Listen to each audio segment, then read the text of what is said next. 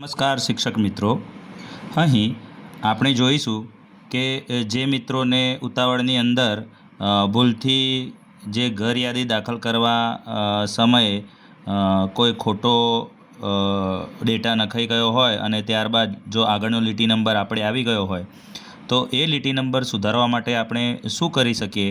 તો એના માટે એક સરળ રીત છે જે આપણે અહીં જોઈશું કે ફરીથી આપણે જો માની લો કે આપણે અહીંયા લીટી નંબર આગળ જતો રહ્યો, એક આગળ જમ્પ થઈને આગળ જતો રહ્યો, તો એ વખતે આપણે શું કરી શકીએ?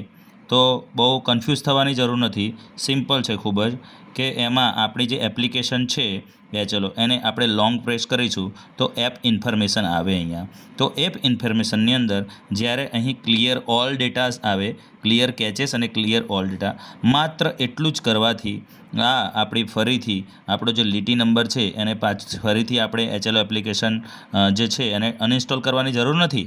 માત્ર જે એચએલઓ એપ છે એમાં ફરીથી લોગિન અને આપણને જે જૂનો પાસવર્ડ જે પેલો ત્યાંથી આપેલો હતો એ પાસવર્ડ દાખલ કરી ફરીથી આપણને માત્ર પિન પૂછશે, તે પિન દાખલ કરી અને ફરીથી આપણે જ્યારે ઘર યાદીની કામગીરીનો ડેટા આપણે ફરીથી ખોલીશું તો ફરીથી મારે જેમ અહીંયા 001 આવી ગયું, મારાથી લીટી નંબર 1, 2 અને 3માં ભૂલ થઈ હતી, સીધો લીટી નંબર 4 આવી ગયો, કારણ કે 1, 2માં ભૂલ થઈ તો ભૂલથી મેં એ જે ડેટા હતો એ ડેટા મેં અહીંયાથી ભૂલથી મને એમ હતું કે એ ડેટા ડિલીટ કરવાથી રિકવર કરી શકાશે, પરંતુ એ ડેટા મારો રિકવર થઈ શક્યો નહીં.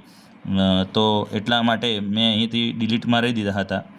તો એ ફરીથી અહીંયાથી મારે લીટી નંબર 1 આવી ગયો છે. તો એ પ્રમાણે આપણે શું પણ કરી શકીએ છીએ. નમસ્તે.